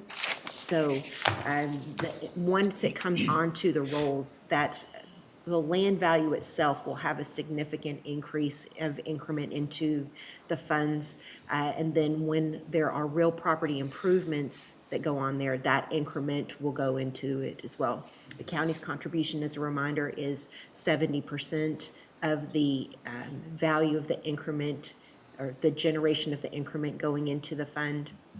The city is also at 70%, and McLennan Community College is at 50%. Okay. I ask you this question, I just wanted to ask it here. Yes, sir. The new The plant. graphic patching, yes, sir. The packaging plant Mhm. is slated for, Yes, sir. There are some Yes. pretty significant infrastructure improvements that have to go to support that. Water line extension, sewer, drainage, a new road is being constructed to support that as well.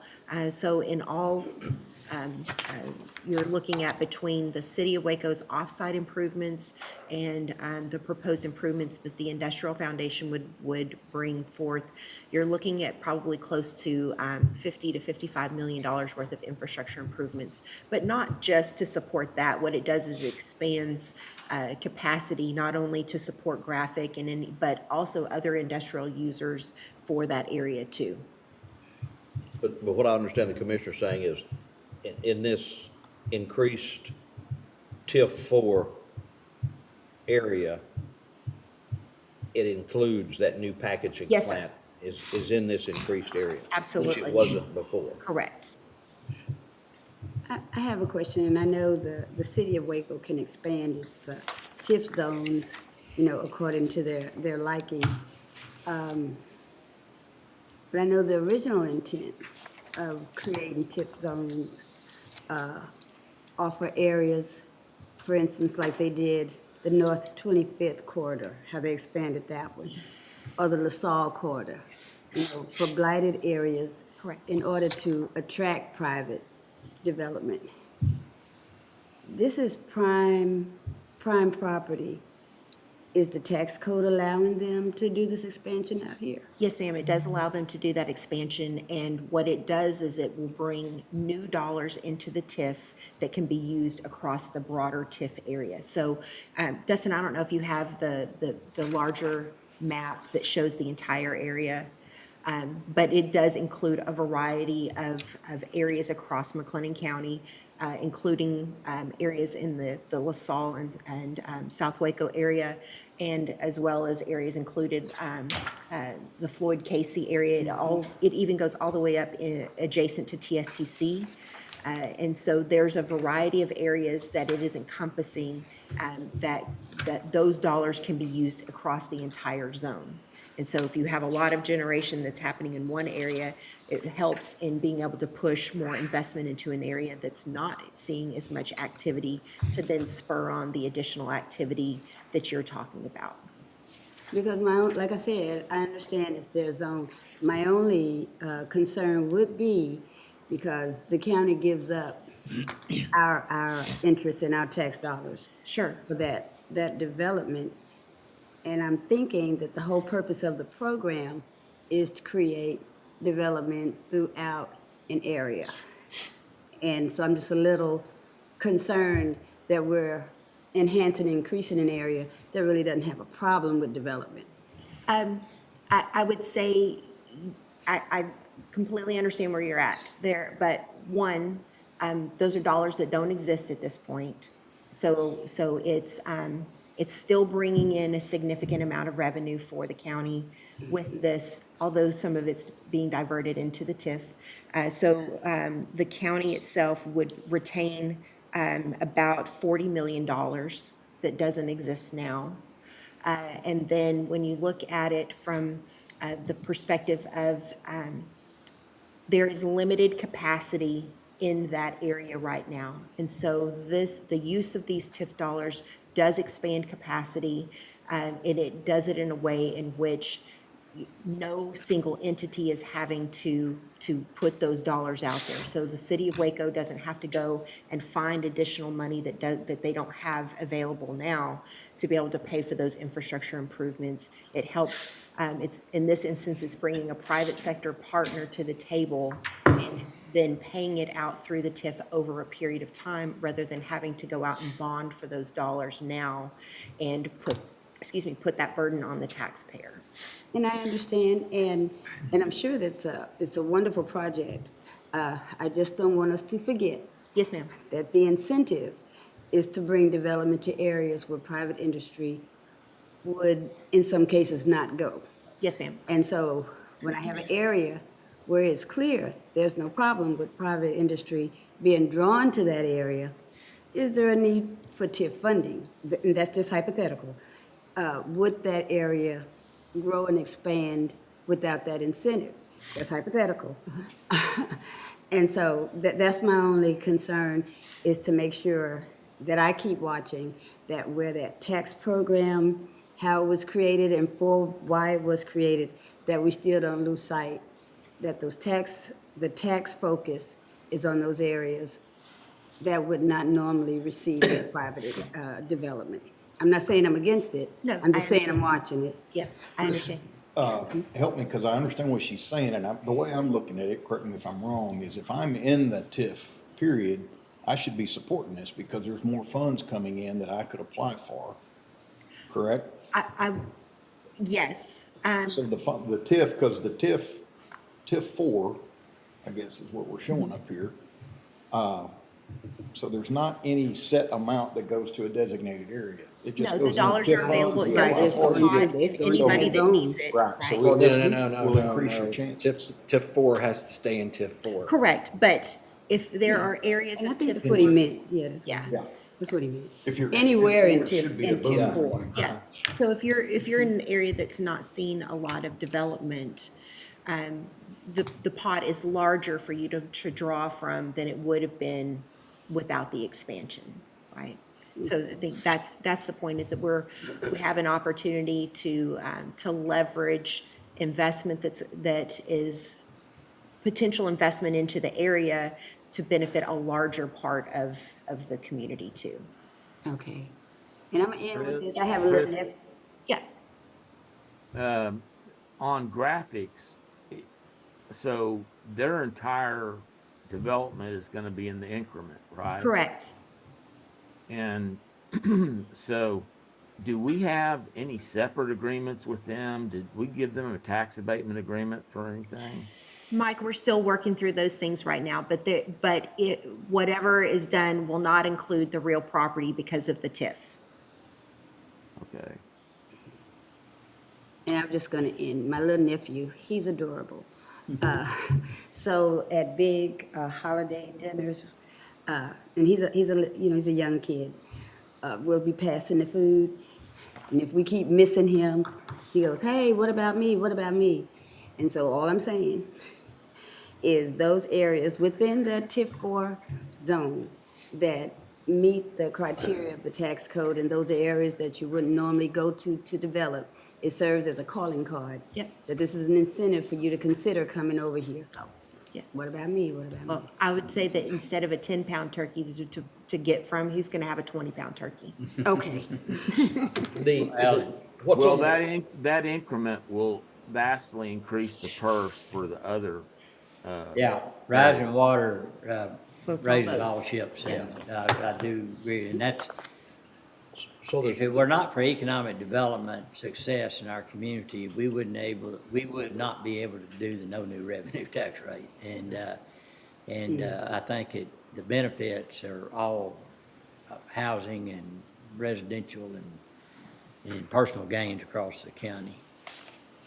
Commissioner? I was just gonna say, what was on the board up here was the entire zone. Yes, sir. So it was the entire zone, So and then. there's no requirement that a zone be contiguous? No, sir, that You can- requirement is been pick and choose. eliminated. Yes, sir, so you can No pick and choose. requirement, all right. Correct. And then maybe it's just me making this statement, and I certainly doesn't reflect on how I'm gonna support this, but it does concern me a little bit. It seemed like the horse and the cart got reversed here, that we brought in this business that we were excited about, and the tax money it's gonna generate, and then we throw a TIF on top of it instead of the other way around. Now, that's just me speaking. I think that's a fair assessment. I would, I'd just say that. We weren't there in the negotiations either, so that's hard. Yeah, and I think, there were some discussions about how we might do this, and this was one of the solutions. And then going through this process just takes time, so. All right, any other questions, comments? All right, what's the pleasure of the court? Motion to approve. Second. Motion made, second, any other discussion? No other discussion, all in favor say aye. Aye. Opposed, pass. Thank y'all. Thank you. Dustin, do we want to, we've got about a little less than 15 minutes that we need to, we want to go into executive session? Thank you, Chris. Yeah, we can do that, Judge, if you'd like to. All right, well, tell me, are we going to be able to get through it? We'd be cutting it close. I don't think with an executive session, we could be done. Do you want to leave, stop right at 11 or go to 11:15? I don't want to go any later than 11. We need to be walking out of here at 11:15, so. I think if we've got a bunch of annual orders coming up that if we knock out quickly, if we want to spend another 5 or 10 minutes and see where we are, the executive session should not take long. Okay. So if that's okay. M4 is discussion and or action regarding McLennan County Appraisal District 2024 Board of Director candidates nominations and related resolution. Just as a reminder, we need to have this back to McCad by October 15th. I think Commissioner Perry, I think you would like to continue your service on the board. Yes, sir. Is that what this board is? Yes. Is that what we're talking about here? Yes. Or is that new board that they? No, but Oh, that's they've one of the added reasons I want to seats. stay on, because I think we need some consistency. Because we're going to have an election where 3 people are elected from throughout the county to be, so general citizens, so to speak, sitting on the board. So we've got a remodeling project that I want to see through, and then I want to see this through of getting the setup and understanding how we're going to work forward. So this will probably be my last one, but I would like to be appointed one more time. I have certainly no problem with that. Do we have to nominate one for each position? Or We just do not. nominate- Say it We again? can just up to the 5. We can do one or all, or any number, so. How have our representatives, I know it's you and I'm not sure for the other one, but how Councilman have our Holmes. county representatives worked? No, the ones that we voted Oh, didn't have on there, how? Yeah, we typically, from the past, we know about how many votes it takes to get in, and then what we have left over, we can give to another candidate. So today, can we nominate you based on this for this board? And then just move forward and wait to see how our votes are going to be cast once everybody else nominates? That's exactly how it unfolds. Okay. All right. That'd be my motion. All right, motion to make a nomination. Commissioner Ben Perry. Yeah. All right, are there other nominations? I have a problem with the representatives we've assisted in the past. Right. We'll get- But we don't have to nominate them, we just give them Right. next. We just vote on them, yeah. Right. So, this is our nomination, and then once all the nominations are in, we'll get back, how many votes we can cast, and so we make sure that our nominee gets in, and then any left over, we can discuss here to say who we want to support. That's fine. At the other nominees. Okay. And it's a very, it's a good functioning board. Yeah. Good group, there's a good body right Good now. attendance, yeah. I'm excited to work with them. Good. Okay. All right. So we have a motion yeah, you had a motion. I was, my motion. All right, and I'll make a second. Any other discussion? No other discussion, all in favor say aye. Aye. Opposed, pass. M5, discussion and or action regarding courthouse Christmas lighting ceremony, including approval of orders of acceptance of donations, committee updates, and related matters. TJ? Yes, so the court had showed some interest in lighting the courthouse a little bit early this year. So what we were proposing is to go ahead and light the courthouse on December 1st and then actually hold our event on December 15th. So we're looking to the court to see if that's okay. Yes, sir. That's Yeah. good. Sounds That's good. great. I think that's what we wanted. Okay. Sounds good. All right. So, what's the pleasure of the court? Motion to approve the request for the Christmas lighting at the courthouse. Second. I have a motion second. Any other discussion? No other discussion. All in favor say aye. Aye. Opposed? Pass. Judge, if we can knock out these annual orders and see how much time we have left, if that's okay. All right. M6 is adoption of various orders relative to FY '24. M6A is order setting compensation for jurors, members of the grand jury, and grand jury bailiffs. These changes were discussed during budget, and the pettit jurors is related to a legislative change in that dollar amount. It did also increase the amount paid to the grand jury bailiffs up to $120 for each day or fraction of day they serve. M6B is order designated day and location for regular special commissioners court meetings, and this has not changed. M6C is order authorizing county engineer and or assistant county engineer to sign requisitions, exemption certificates, cooperative agreements for flood control structures, and state reimbursement forms. This one has not changed either. M6D is order appointing County Judge Pro Tem as Commissioner Perry as the County Judge Pro Tem. M6E is order setting pay rate for hourly rated personnel. It sets that rate at $7.25 an hour, except for the positions listed below that are in your packet. And Francis, did you have anything to add on this one? I do not. These were just, M6. oh, go ahead. No, keep going. M6F is order adopting ad valorem tax exemptions, and this sets our homestead exemption at that 20% level, and then also has the 65 years and older, and then also the exemption for disabled individuals. M6G is order adopting licenses and or permit fees. These are related to TABC, the Alcoholic Beverage Code. And Judge, that's it for those annual orders. All right. Any questions on any of those? I did.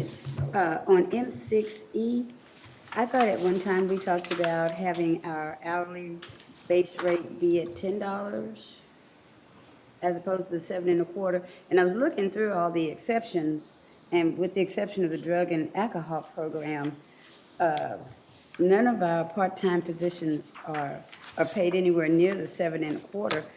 And so I think they come to the court to get those exceptions. Yes. Is it any reason why we have to keep it established at the 7.25? Because we're not paying anybody 7.25. No, if a position that's not listed here wanted to enact their part-time, they would bring that to you and request that There increased might amount. be but- something that comes up that would be a, very That's state, fill in. that's minimum wage right there, 7.25, Yeah, right? that's We federal. just set it at minimum Yeah, wage, we is just what we've said done. minimum. Then we set our We're exceptions. paying more than that on Yeah, everything. we are. Yes, and then Anna helps you decide, based on what that position is doing, what you Okay. want to set that So I rate think when for. we look at that, we do want that higher, and we've been consistent in doing that, but Okay, just establishes okay. a base. Move to approve M6 through, what, M6G, M6A through M6G, is that correct? Yes. Yes, sir. All right. Second. Have motion second. Any other discussion? No other discussion. All in favor say aye. Aye. Opposed? Pass. And we do have two others, M6H, order declaring certain property as waste and authorizing the recycle or disposal of said waste property, and M6I, order exempting vehicle and equipment repairs. So Ken? These are my standard orders I bring to the court each year. Allows us a little latitude in getting rid of items that are determined to be waste. And the other one is just an exemption from bidding on vehicle and equipment repairs. A lot of times that's hard to determine up front on what that's going to be, so we just request that the court allow us to exempt it. All right, I make a motion, we approve those two items. Second? There's a motion second. Any other discussion? No other discussion. All in favor say aye. Aye. Opposed? Pass. M7 is approval of McLennan County holiday dates for 2024, and that list is in your packet. They forgot a couple of dates on here, and that would be Scott and I's birthday, so. We'll take them. Yeah. Well, I think we can just take off on our own. I'll make a motion to approve the county Second. holidays. Second. Motion second, any other discussion? No other discussion, all in favor say aye. Aye. Opposed, pass. For the record, I would M8. have added it. I'll add those here. Yeah. M8, authorization of release of property damage claim and acceptance of settlement offer from CNA Insurance. TJ? Yes, so we had a lawnmower run into one of the exterior units over at Juvenile and do some damage. So this is ratification of the insurance agreement from the lawn care company. All right, any questions? If not, is there a motion to approve? So moved. Second. Have a motion second, any other discussion? No other discussion, all in favor say aye. Aye. Opposed, pass.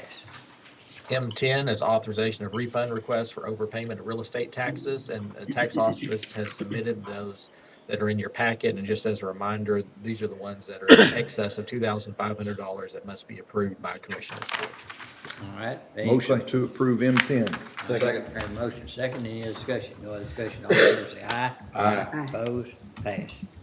Dropping down to M12 regarding Texas Association of Counties Risk Management Pool Workers Compensation Program, authorization of 2024 workers' comp coverage documents and worksheets. Anna? There I am.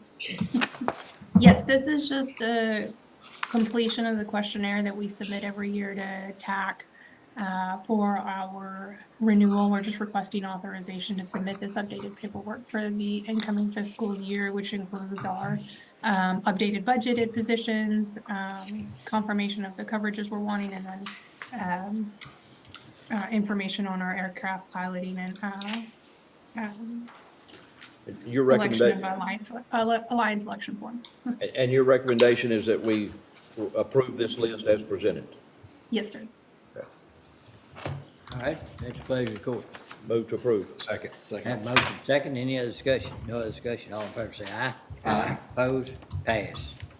Under item P, McLennan County Radio Tower Project. P1 is discussion and/or action regarding provision of power service for a DPS tower at Roden Bridge Precinct 3. And Ken, you can help me with this, but I know we need to get the tower turned on there to get the lighting system turned on and to expedite this process.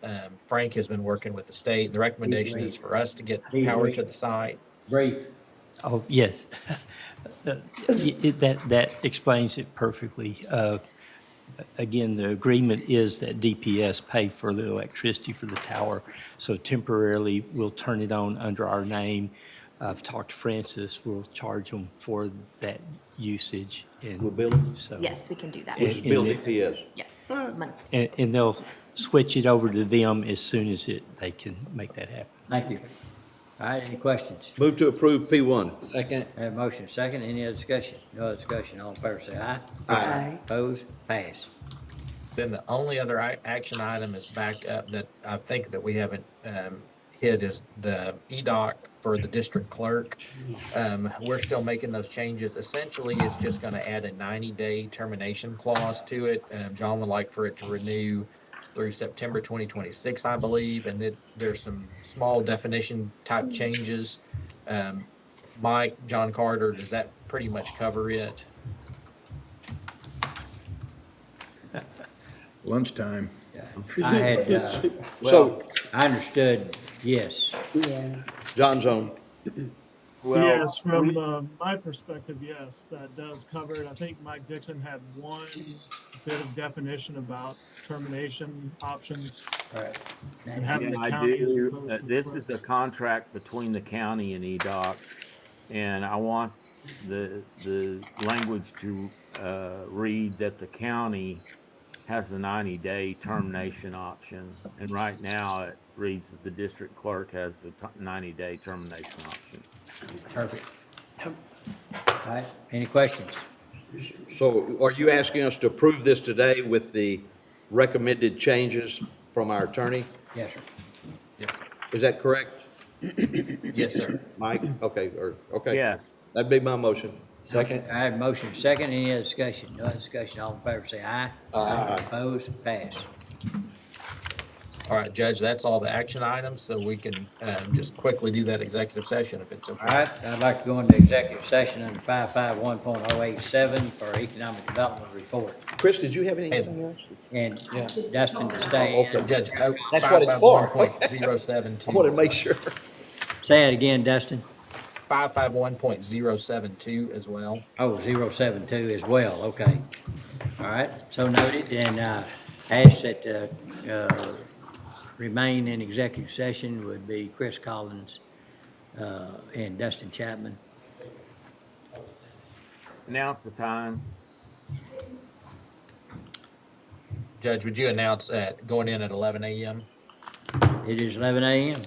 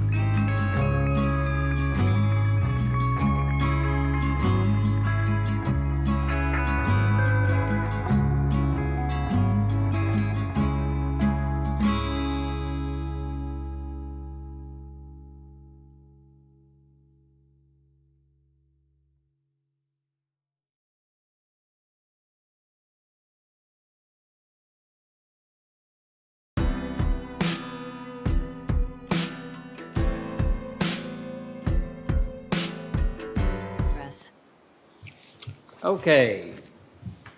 Is there anything that, Mercedes, that we didn't cover? No, everything's been All covered. the items are covered. Okay. All right, we were fortunate to get done in a timely manner, so if there's nothing else to come before the court, we stand adjourned. Recording stopped. Pardon me? Then we recess.